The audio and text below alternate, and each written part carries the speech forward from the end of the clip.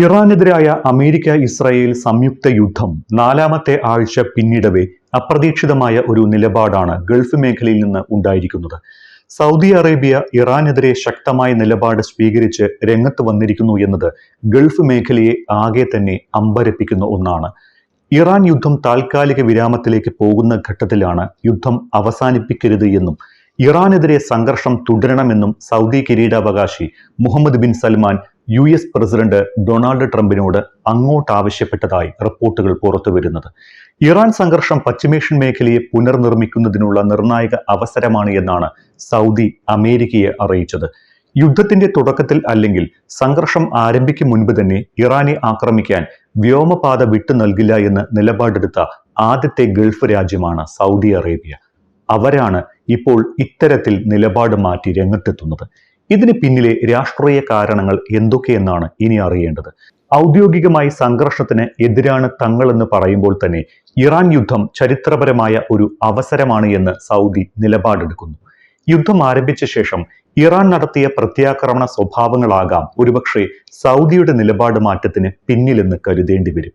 ഇറാനിൽ അമേരിക്ക നടത്തിയ ഓരോ ആക്രമണത്തിനും മറുപടിയായി ഇറാൻ തിരിച്ച് ആക്രമണം നടത്തിയതെല്ലാം ഗൾഫ് മേഖലയിലായിരുന്നു. ഇതിൽ സൗദി അറേബ്യയ്ക്ക് കാര്യമായ നാശനഷ്ടം സംഭവിച്ചിട്ടുമുണ്ട്. ഇറാന്റെ മിസൈൽ ആക്രമണങ്ങളും അതോടൊപ്പം ഹോർമൂസ് അടച്ചതും വലിയ രീതിയിലുള്ള നാശനഷ്ടം സൗദിക്ക് വരുത്തിവെച്ചു.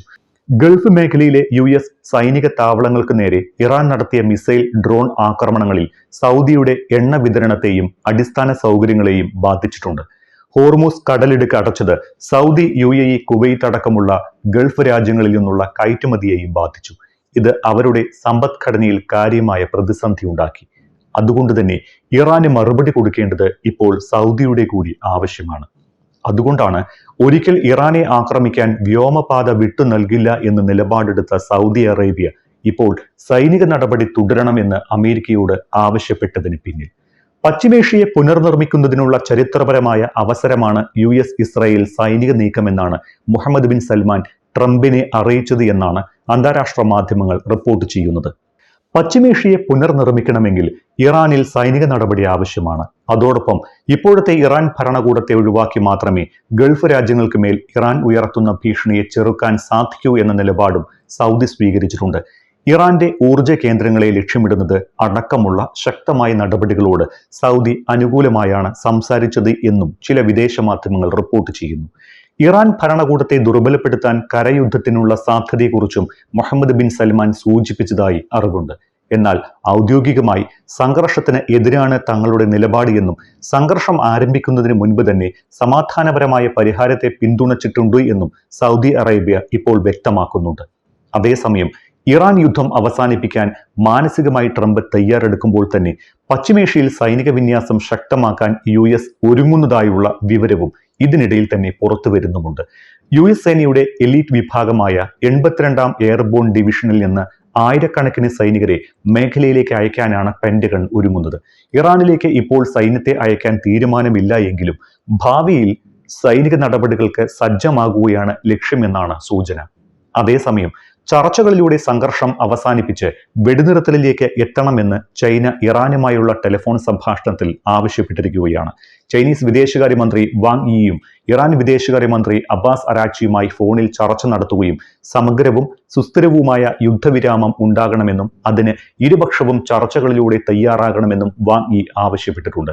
പരസ്പരം പോരടിക്കുന്നതിനേക്കാൾ നല്ലതാണ് വെടിനിർത്തൽ എന്നാണ് വാങ് യിയുടെ നിലപാട്. ചൈനയുടെ മനുഷ്യത്വപരമായ ഇടപെടലിന് അബ്ബാസ് അരാക്ചി വാങ് യിയോട് നന്ദി രേഖപ്പെടുത്തുകയും ചെയ്തിട്ടുണ്ട്. തുറന്ന സൗഹാർദ്ദവും ഇറാനുമായി മികച്ച സഹകരണവുമുള്ള ചൈനയും റഷ്യയും തുർക്കിയുമെല്ലാം ശാശ്വതമായ വെടിനിർത്തലിന് ഇടപെടും എന്ന് തന്നെയാണ് കരുതപ്പെടുന്നത്. സ്വാഭാവികമായും യുദ്ധം ചൈനയ്ക്ക് വലിയ ബാധ്യത വരുത്തിവെക്കുന്നതിനാൽ എത്രയും വേഗം അത് അവസാനിപ്പിക്കേണ്ടത് ചൈനയുടെയും ആവശ്യമാണ്. കാരണം ചൈനയിലേക്കുള്ള എണ്ണ ഇറക്കുമതിയുടെ ഭൂരിഭാഗവും ഹോർമൂസ് കടലിടുക്ക് വഴിയായതിനാൽ ഹോർമൂസ് അടഞ്ഞുകിടക്കുന്നത് അവർക്ക് വലിയ സാമ്പത്തിക ബാധ്യത ഉണ്ടാക്കുന്നുണ്ട്. അതുകൊണ്ടാണ് ചൈന സമാധാനത്തിന്റെ പാതയിലേക്ക് വേഗത്തിൽ പ്രവേശിക്കുന്നത്. യുദ്ധം അവസാനിക്കുന്നത് സംബന്ധിച്ച് ഇറാനുമായി ചർച്ചകൾ തുടരുകയാണ് എന്ന് പറഞ്ഞ് ഡൊണാൾഡ് ട്രംപ് വീണ്ടും രംഗത്തെത്തിയിട്ടുണ്ട്. ആണവായുധം സ്വന്തമാക്കില്ല എന്ന ചർച്ചയിൽ ഇറാൻ അറിയിച്ചതായാണ് ട്രംപ് പറയുന്നത്.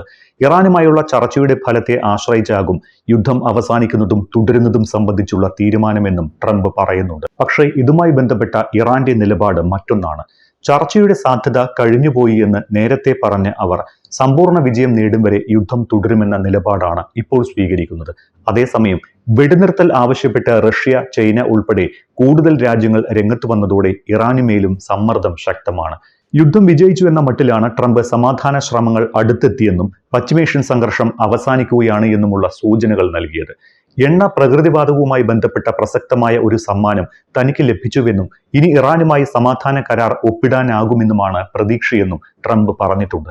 അതേസമയം യുദ്ധം അവസാനിക്കുന്നതിന് മുൻപ് പലസ്തീൻ യുദ്ധം അവസാനിപ്പിക്കാൻ 20-ന് വെടിനിർത്തൽ മാർഗനിർദ്ദേശങ്ങൾ മുന്നോട്ട് വെച്ചതുപോലെ 15-ന് സമാധാന പദ്ധതി ഇവിടെയും മുന്നോട്ട് വെച്ചിട്ടുണ്ട് ട്രംപ്. ഇറാന്റെ കൈവശമുള്ള എല്ലാ ആണവ സാമഗ്രികളും നശിപ്പിക്കുകയും യുറേനിയം സമ്പുഷ്ടീകരണം പൂർണ്ണമായും അവസാനിപ്പിക്കുകയും വേണം. നിലവിൽ ഇറാനിലുള്ള സമ്പുഷ്ടീകരിച്ച യുറേനിയം രാജ്യത്തിന് പുറത്തേക്ക് മാറ്റണം. ഇറാന്റെ മിസൈൽ പരീക്ഷണങ്ങൾക്കും വികസനത്തിനും കർശന നിയന്ത്രണം ഏർപ്പെടുത്തണം. ഹോർമൂസ് കടലിടുക്കിലൂടെയുള്ള അന്താരാഷ്ട്ര കപ്പൽ ഗതാഗതം തടസ്സമില്ലാതെ ഉറപ്പാക്കണം. ഈ പ്രദേശം ഒരു സ്വതന്ത്ര മേഖലയായി പ്രഖ്യാപിക്കണം. ഹമാസ്, ഹിസ്ബുള്ള തുടങ്ങിയ ഗ്രൂപ്പുകൾക്ക് നൽകുന്ന സാമ്പത്തിക സൈനിക സഹായങ്ങൾ അവസാനിപ്പിക്കണമെന്നും ചർച്ചയിൽ ആവശ്യപ്പെടും. ഈ നിർദ്ദേശങ്ങൾ അംഗീകരിക്കുകയാണെങ്കിൽ യുദ്ധം അവസാനിക്കുമെന്നും വെടിനിർത്തൽ കരാർ ചർച്ചകൾ പൂർത്തിയാക്കാൻ 1 മാസത്തെ വെടിനിർത്തൽ പ്രഖ്യാപിച്ചേക്കുമെന്നും ട്രംപ് വ്യക്തമാക്കിയിട്ടുണ്ട്. അതോടൊപ്പം ചില വാഗ്ദാനങ്ങളും അമേരിക്ക മുന്നോട്ട് വയ്ക്കുന്നു. ഇറാനുമേലുള്ള സാമ്പത്തിക ഉപരോധങ്ങൾ നീക്കാനും സമാധാനപരമായ ആവശ്യങ്ങൾക്കുള്ള ആണവ നിലയങ്ങൾ നിർമ്മിക്കാൻ സഹായിക്കാനും അമേരിക്ക തയ്യാറായേക്കുമെന്നും സൂചനയുണ്ട്. എന്നാൽ മേൽപ്പറഞ്ഞ നിബന്ധനകൾക്ക് ഇറാൻ വഴങ്ങുമോ എന്ന് നിശ്ചയമില്ല.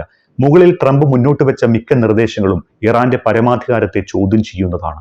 അതുകൊണ്ട് തന്നെ അത്തരം നിർദ്ദേശങ്ങൾക്കൊന്നും വഴങ്ങില്ല എന്ന് ഇറാൻ മുന്നേ തന്നെ വ്യക്തമാക്കിയതാണ്. തങ്ങൾക്ക് നേരിട്ട വൻ നാശനഷ്ടങ്ങൾക്ക് മതിയായ പരിഹാരവും ഇനിമേൽ ഒരിക്കലും ഒരാക്രമണവും ഉണ്ടാവുകയില്ല എന്ന വിശ്വസനീയമായ ഉറപ്പ് ലഭിക്കാതെ പോരാട്ടം അവസാനിപ്പിക്കാനാകില്ല എന്ന ഉറച്ച നിലപാടിലാണ് ഇറാൻ.